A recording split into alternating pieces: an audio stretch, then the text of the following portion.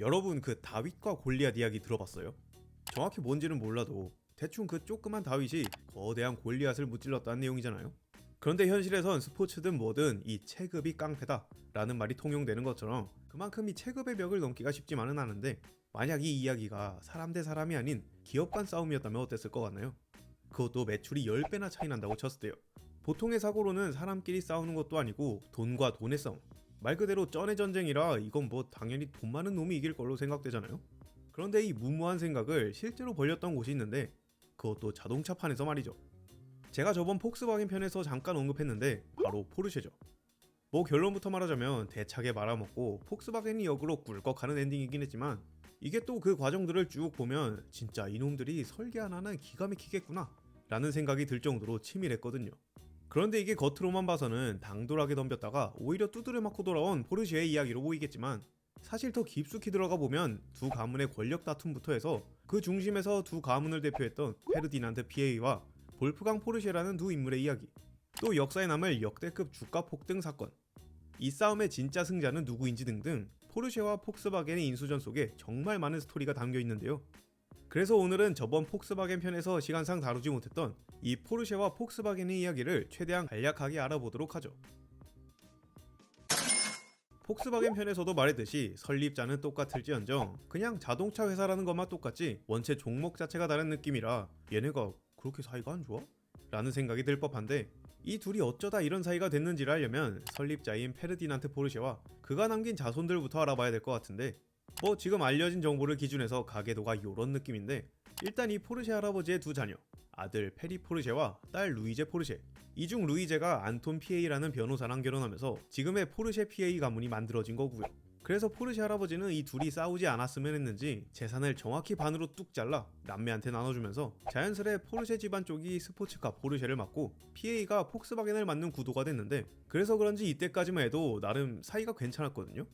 그러다 이 두 집안 사이가 멀어지기 시작한 건 1970년쯤으로 보고 있는데, 이때 무슨 일이 있었는지 정확하게 알려진 건 없지만 루이제의 아들 페르디난트 피에이와 관련됐던 걸로 보이는데, 페르디난트 피에이가 당시를 언급하기론 그저 우리는 몹시 다투었습니다 라는 말만 했던 걸 보면 뭔진 모르겠지만 진짜 크게 한바탕 했던 것 같죠. 여튼 이 일을 계기로 양쪽 집안 사이에 균열도 조금 생기면서 서로를 경쟁자로 생각하게 됐죠. 자, 이렇게 두 집안에 대한 간략한 이야기를 했으니까 이번엔 훗날 서로 잡아먹으려고 박터지게 싸웠던 두 인물, 피에이 가문의 페르디난트 피에이와 포르쉐 가문의 볼프강 포르쉐, 이 둘의 이야기를 좀 해볼까 하는데, 일단 볼프강 포르쉐는 원체 조용하고 어디 나서길 싫어하는 인물이었다면, 반대로 페르디난트 피에이는 사람 자체가 좀 뭐랄까 모난 사람이라고 해야 될까요?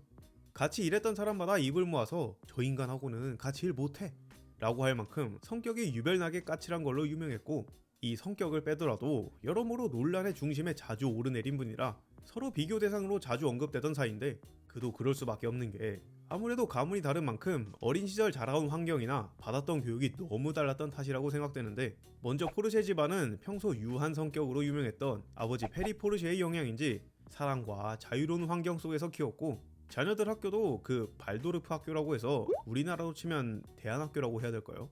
여기에 아이들을 입학시켜서 자연 속에서 뛰어놀게 한다던가 영적인 가르침을 받는 등의 교육을 시켰다면, PA 쪽은 완전 반대, 진짜 반대 중에서도 저만치 끝에 있는 반대일 정도로 엄격한 엘리트주의로 결과와 숫자로 증명하는 그런 환경에서 자랐는데, 애들을 기숙학교에 보내놓고 스파르타식으로 굴리면서 완전 빡세게 키웠거든요.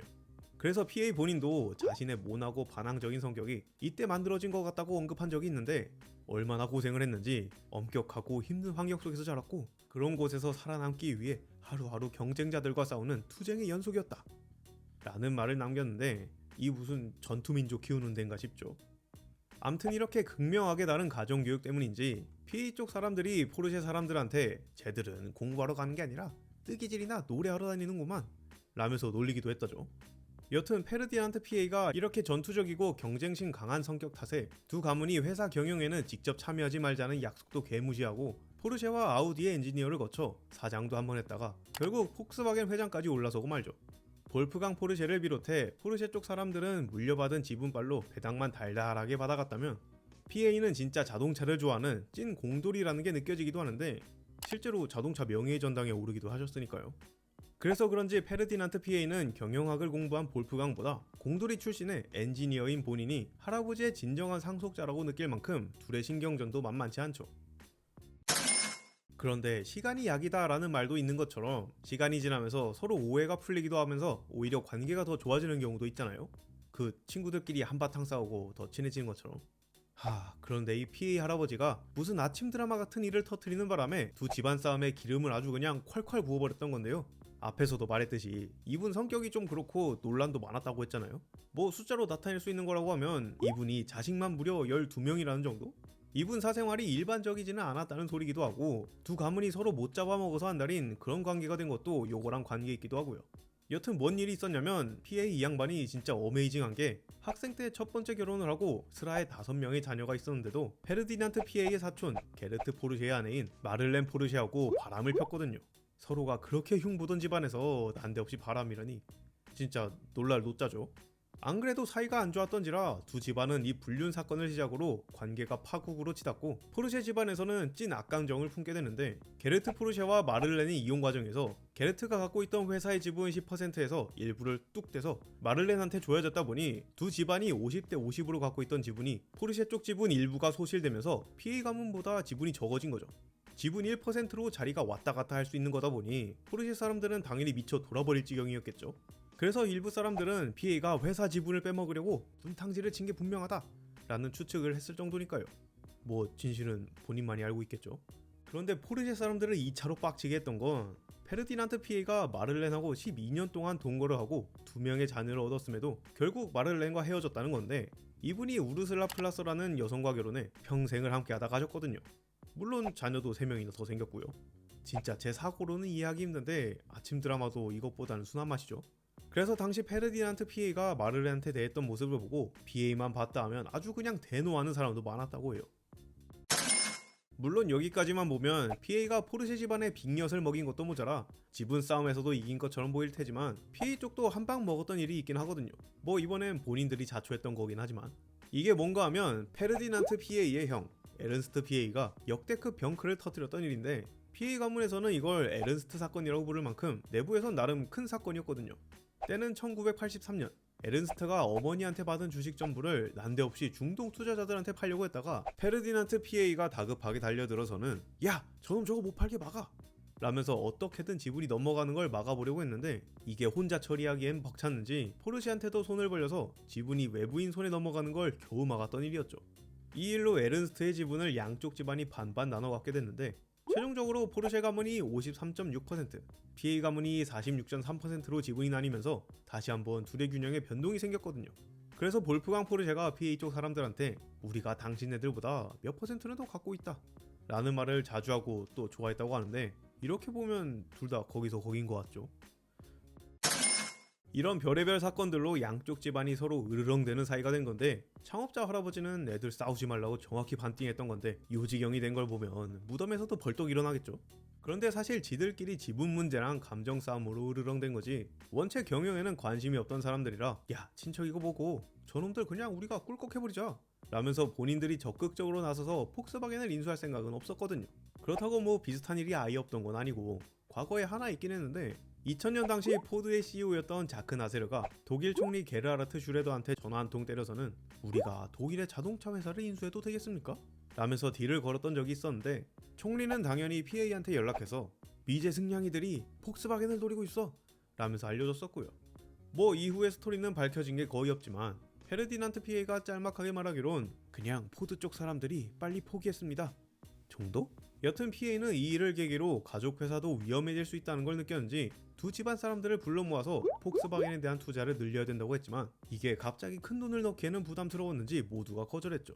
물론 포르쉐 쪽은 폭스바겐이 가지고 있는 아우디한테만큼은 군침을 흘리고 있던지라 아우디의 지분을 인수하는 건 관심이 있었지만 폭스바겐 자체가 너무 큰데다 리스크도 걱정해야 돼서 거절했지만요. 그런데 이 사건이 이후 5년이라는 시간이 지났을 때 포르쉐가 폭스바겐을 꿀꺽하려고 지분을 늘리는 전쟁의 불씨가 되죠. 그리고 이후에 폭스바겐 인수전이 벌어질 때 아주 중요한 인물이 하나 등장하는데 그의 이름은 벤델린 비데킹. 이분이 인수전에서 실질적인 지휘를 맡았던 인물이라고 볼 수 있는데요. 또 이분이 포르쉐의 역사나 성공기에서도 무조건 언급되는 분이신 게 90년대 초에 도산 날 뻔한 포르쉐를 멱살 잡고 캐리하면서 부활시켰고, 또 카이엔하고 박스터도 이분 작품이거든요. 참고로 카이엔은 뭐 지금까지 포르쉐의 밥줄이기도 하죠. 암튼 이런 비데킹은 평소 다윗과 골리앗 이야기를 좋아했다고 하는데, 다윗의 법칙이란 책까지 썼을 만큼 이 이야기에 큰 감명을 받았다고 해요. 그럼 이 양반이 갑자기 이 이야기에 꽂혀서는 폭스바겐을 잡아먹을 생각을 한 거냐? 라고 하면 그건 아니고, 비데킹의 손에서 포르쉐가 부활하고 매출도 쭉쭉 올라 어느덧 회사 곳간에는 30억 유로라는 현찰이 쌓였을 때쯤, 비데킹은 이 포르쉐라는 회사가 그렇게 규모가 있는 곳이 아니다 보니 앞으로는 신기술 개발에 어려움을 겪고 성장에 문제가 될 거라는 생각에 처음에는 이 돈으로 폭스바겐에 투자하는 건 어때요? 라면서 포르쉐 사람들한테 물어봤던 거예요. 또 이 돈을 그냥 냅두면 주주들한테 배당금으로 줘야됐다 보니 뭔가 좀 아깝다는 생각이 들기도 했고요. 뭐 오피셜까지는 아니지만 당시 포르쉐 쪽에서도 폭스바겐의 지분을 대가로 두 회사를 폭스바겐 그룹으로 합병할 의향도 있긴 있었나 보더라고요. 자, 그런데 이대로면 뭔가 얘네 지금 투자니 뭐니 이런 얘기하고 있는데 진짜 인수하려고 했던 거 맞아? 라는 생각이 드실 텐데, 사실 여기서 당시 포르쉐의 최고 재무 책임자였던 홀거 헤르트라는 인물이 신박한 아이디어를 툭 던졌다가 너 이 새끼 어떻게 이런 생각을? 라면서 흐름이 완전히 바뀐 건데, 헤르터는 비데킹한테 투자가 아닌 인수라는 파격적인 의견을 던졌거든요. 그의 생각에 따르면 포르쉐가 가진 30억 유로의 현금에다가 투자은행 여러 군데랑 공동대출을 일으켜서 대출금을 잔뜩 땡기고, 여기에 추가로 복잡한 콜옵션까지 포함하면 쥐도 새도 모르게 폭스바겐을 꿀꺽할 수 있다는 거였죠. 참고로 이 헤르터라는 인물이 원체 조용하고 눈에 안 띄는데 그 머리가 기똥차게 잘 돌아가고 금융지식도 해박해서 돈 다루는 일에서는 무지하게 똑똑한 사람이었대요. 물론 듣기만 해선 그냥 대출 땡겨서 그 돈으로 회사를 꿀꺽하는 초간단 플랜으로 보이실 텐데, 뒤에서 이야기할 최악의 난관도 해결해야 되고 기본적으로 깔고 가는 대출 규모가 어마어마해서 삐끗했다가는 그대로 한강행이었거든요. 그런데 비데킹과 포르쉐 사람들은 이 계획이 마음에 들었는지 못 먹어도 고! 라는 마인드로 본격적인 판짜기에 들어갔죠. 먼저 비데킹은 자금 마련을 위해 무려 15곳이나 되는 투자은행의 공동대출을 일으켜서 100억 원도 아닌 무려 100억 유로라는 어마어마한 돈을 끌어모았죠. 아니, 그런데 아무리 믿을만한 회사라도 그렇지 은행들 입장에선 뭘 믿고 이 돈을 쾌척했나 싶으실 텐데, 당시 포르쉐가 차량 한 대당 수익률이 꽤나 짭짤했거든요. 은행 입장에서는 얘네가 이 돈으로 뭘 하든 이자만 따박따박 꽂혀주면 땡큐였다 보니 너도 나도 앞다퉈 돈을 빌려주겠다고 줄을 서는 정도였죠. 그럼 이제 총알도 빵빵하게 채웠겠다. 본격적으로 작업에 들어가야겠죠. 그런데 독일 증권법이 5%를 초과하는 지분을 인수할 때는 그 정보를 공개해야 되는데, 아무래도 이 작전이 폭스바겐에서 대응책을 내놓기 전에 몰래 지분을 늘려야 됐다 보니 잠입술이 핵심이었는데, 그래서 메릴 린치나 도이체방크 같은 은행들이랑 작당 모의해서 5% 내에서 들키지 않게 첩보 영화 찍듯이 몰래 주식을 사모았죠. 그리고 이 무렵 볼프강 포르쉐도 본격적인 외부 활동을 시작했고, 비데킹은 1년에 한 번씩 각 언론사의 편집장들을 모아다가 레스토랑에서 비밀 모임을 갖고 폭스바겐에 대한 비판도 하고 그랬죠. 물론 볼프강도 내가 폭스바겐의 최대 주주가 되면 폭스바겐의 문제들을 다 뜯어 고칠 겁니다 라면서 비판의 멘트를 자주 날렸고요. 이렇게 둘의 죽이 착착 잘 맞았다 보니 계획은 일사천리로 진행될 수 있었고, 그 결과 2005년에 폭스바겐의 주식 18.5%를 확보했죠. 물론 눈치 빠른 투자자들이나 기자들이 이걸 모를 리가 없겠죠. 이들은 포르쉐의 이런 행보에 저거 무슨 꿍꿍이가 있는 거 아니야? 라면서 의심하긴 했지만, 비데킹은 이런 이야기가 나올 때마다 폭스바겐을 외부 세력으로부터 지키기 위한 조치입니다 라는 말을 반복하면서 대외적으로는 협력 정도로만 대충 얼버무렸죠. 뭐 사람들도 둘의 체급 차이가 너무 나서 포르쉐가 폭스바겐을 상대로 적대적 M&A를 할 거라고는 상상도 못했고요. 참고로 예전엔 비데킹 아저씨가 저는 기업이 인수합병으로 덩치를 키우는 걸 극도로 싫어하는 사람입니다 라고 하면서 M&A를 극혐하던 사람인데, 뭔가 아이러니하죠. 이렇게 야금야금 지분을 늘리면서 2006년에는 지분의 25%를 모으는데 성공한 다윗 포르쉐 선생.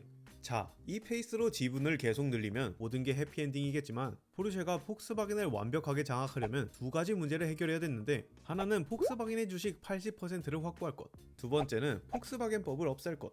주식 80% 줍줍이면 뭐 돈으로 찍어 누르면 어떻게든 된다고 쳐도 가장 큰 걸림돌은 이 폭스바겐법이었는데요. 이름부터 뭔가 폭스바겐만을 위해 만들어진 것 같죠. 지난 폭스바겐 편에서도 말했듯이 2차 대전이 끝나고 독일이 복구되는 과정에 폭스바겐이 여러 사람 손을 거쳐 다시 민간 기업으로 바뀐 거잖아요.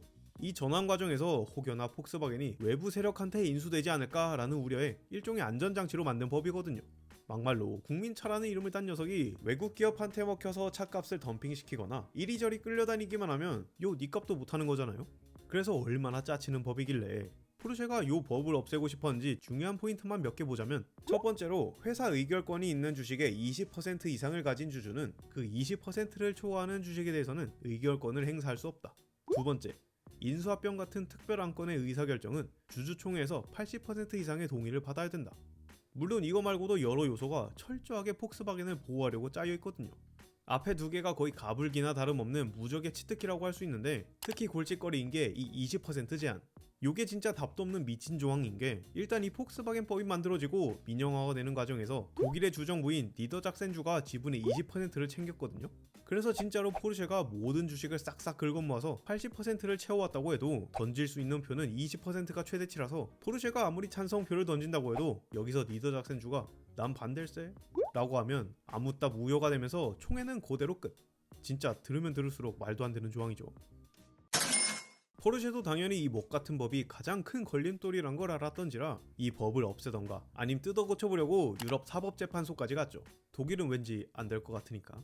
그렇게 포르쉐가 법원까지 가서 저거 지들이 다 헤쳐먹으려고 무슨 말도 안 되는 이상한 법을 만들어놨다니까요 라면서 하소연을 하니까, 그래 어디 한번 보기나 해보자 라면서 한번 쓱 스캔을 때려보니까, 오호 요놈들 요거 순 날강도구만 라면서 독일의 폭스바겐법에 심각한 문제가 있다는 판단을 한 거예요. 그렇게 2007년 10월 유럽 사법재판소는 이 폭스바겐법이 자본이동의 자유를 침해한다고 보고 독일 정부한테 이 법을 수정하라는 판결을 내리죠. 당연히 포르쉐는 골칫거리가 없어지게 됐으니 아 이거 꽃이다 라면서 축제 분위기가 됐고, 반대로 폭스바겐과 PA는 얘네랑 친하지도 않은데 투자니 보훈이 뭔 말도 안 되는 소리를 하면서 지분을 계속 늘리고, 또 폭스바겐법까지 건드리니까 요놈들 뭔가 있구나, 그래 어디 한번 해봐라 라는 생각으로 싸움을 준비하게 돼요. 그런데 제가 앞에서도 말했죠. 페르디난트 PA의 인생 자체가 싸움과 경쟁이었다고. 진짜 포르쉐는 잘 몰랐겠지만 아우디 때 밑바닥에서 시작해 폭스바겐 회장까지 그냥 올라왔던 게 아니거든요. 그리고 PA도 아주 믿을만한 구석이 있었는데, 성격 더러운 양반답지 않게 전 총리랑 니더작센주의 주총리까지 베품 먹던 사이라 맘만 먹으면 최고의 인맥발을 부릴 수가 있었거든요.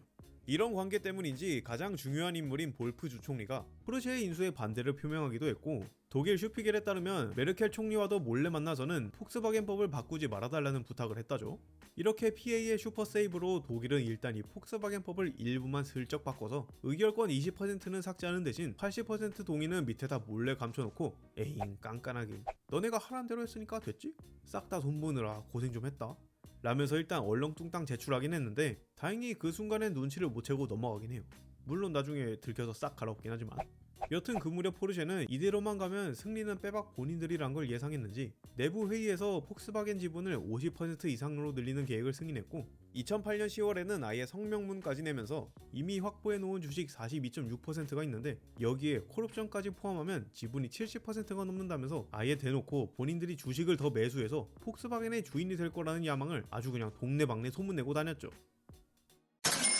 지금껏 앞에서는 이게 다 폭스바겐을 위해서죠, 뭐 겸사겸사 투자도 하고요 라면서 하하호호하던 포르쉐가 입 싹 닫고 지금까지의 입장을 부침개 뒤집듯 뒤집어버리니까 뭐 폭스바겐이 벙찐 거야 둘째치고, 전혀 생각지도 못한 주식시장이 폭발하면서 아주 그냥 비명횡사하는 사태가 벌어지거든요.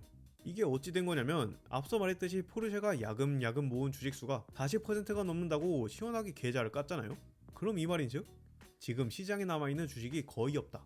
참고로 니더작센주가 이미 20%를 들고 있고 PA도 뭐 좀 있을 테니까 뭐 대충 얼마 안 남았다는 게 계산되죠. 여기서 포르쉐는 이미 너무 와버린 상태라 피를 보더라도 주식을 계속 매수해야 되고, 그럼 자연스럽게 시장 논리에 따라 수요는 있는데 물건은 없으니까 주식 가격은 더럽게 비싸지겠죠.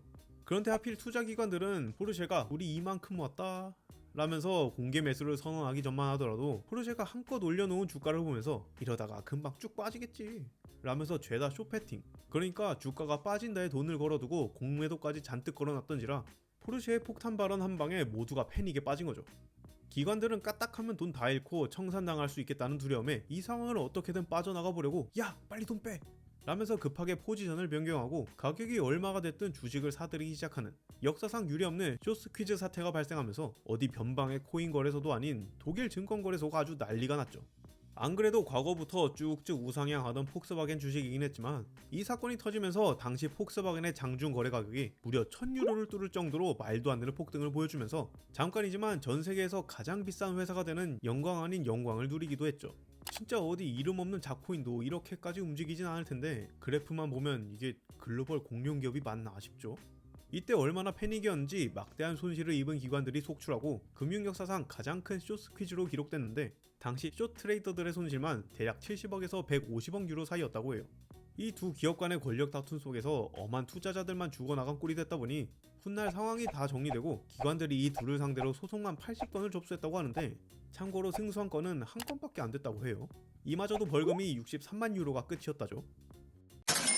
이렇게 주가가 치솟는 상황에서도 대출금과 이자를 감내하면서까지 물며 겨자 먹기로 주식을 모으던 포르쉐는 2009년 1월 기준 지분의 약 50%를 확보하는 데 성공하긴 하지만 이게 아무래도 대출을 이빠이 땡겨서 벌인 일이었다 보니 지금까지 쌓인 130억 유로라는 어마어마한 빚과 여기서 나오는 이자가 걱정이 됐는데 그래도 포르쉐 입장에선 이 폭스바겐을 꿀꺽하기만 하면 당시 폭스바겐 곳간에 있던 100억 유로의 유동자금을 사용할 수 있었다 보니 따서 갚으면 되잖아 라는 마인드로 이를 진행시키지만 이게 웬걸 2008년 미국에서 터진 역대급 금융위기 사태 서브프라임 모기지 사태가 전세계 금융시장에 영향을 주면서 줄 서가며 돈을 대주겠다던 은행들이 너도 나도 대출을 틀어막고 대출 연장마저 중단하는 바람에 고지가 눈앞이던 포르쉐의 계획이 순식간에 올스탑 되거든요.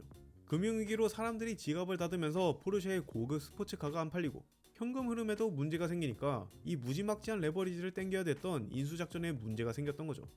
거의 다 잡았다고 생각했는데 눈앞에서 놓친 꼴이 된 비데킨과 볼프강 포르쉐는 격분했고 결국 포르쉐는 자금난에 허덕이다 엉엉 울면서 독일 정부에 구제금융을 신청했지만 높으신 분들은 포르쉐의 재무 상태를 보고 얘들은 답이 없구만 라면서 퇴짜를 놓고 돌려보냈거든요.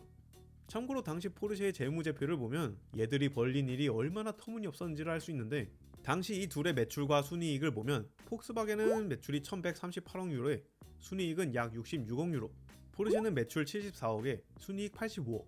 여러분은 이걸 봤을 때 뭔가 이상한 게 느껴지나요? 그쵸, 포르쉐만 이상하게 순이익이 매출을 이겨버리는 요상한 상황이죠. 이게 간단하게 말해서 주가 폭등으로 번 시세 차익 등이 매출을 뛰어넘었다는 건데요.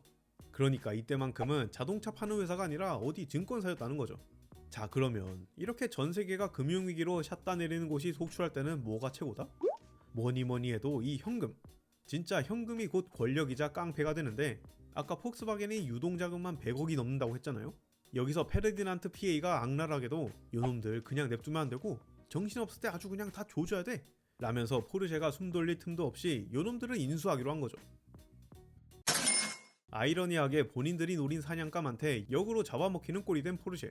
참고로 이렇게 포르쉐가 머리를 싸매고 있을 때 페르디난트 PA는 한 호텔에서 신형 폴로의 공개 행사에 참석 중이었는데 이때 이 둘의 인수전으로 한창 궁금한 게 많았던 기자들이 PA한테 이것저것 물었는데 당시 PA가 비데킹은 말로는 물러날 사람이 아니라는 걸 알았으니 이제 포르쉐의 CEO께서는 여러 단계에서 내려와 전지전능한 상사에서 더 겸손한 자리로 내려와야 될 것이다 라는 살벌한 멘트를 쳤다고 하는데 진짜 뒤끝 한번 살벌하죠.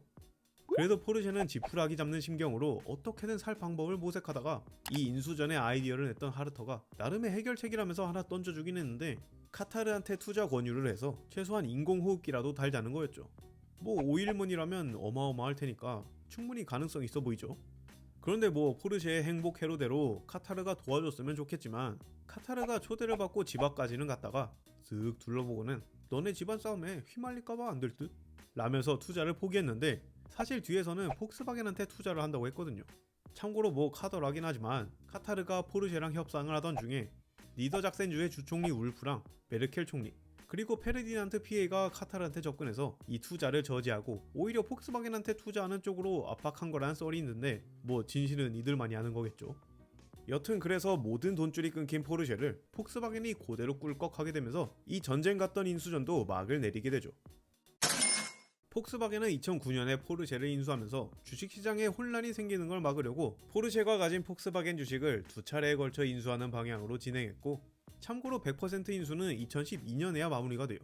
암튼 포르쉐는 이 인수금으로 빚의 대부분을 갚을 수 있었고요. 그러면서 최종적으로 폭스바겐 그룹은 PA 가문이 지분의 50% 이상을 갖고 니더작센주가 20%, 그리고 카타르가 대략 15%를 보유하게 됐죠. 물론 이 과정이 좀 지저분하긴 했지만 포르쉐까지 자기네들 브랜드로 흡수해버리면서 PA 입장에서는 얻은 게 엄청나게 많은 집안 싸움이었던 거죠. 여튼 일이 이렇게 마무리되고 나서도 볼프강 포르쉐는 공식적인 자리에서 패배를 인정한다는 발언은 안 했다고 하는데, 그래도 다른 건 몰라도 니더 작센주의 주총리에 대한 비난은 빼먹지 않았다고 하더라고요.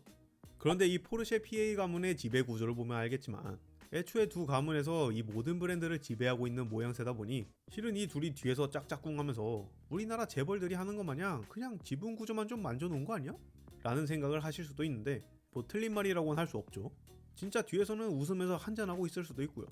그런데 자세한 내막까지야 뭐 그들만이 아는 거고, 가장 확실한 건 패자는 증권사들이었다는 거.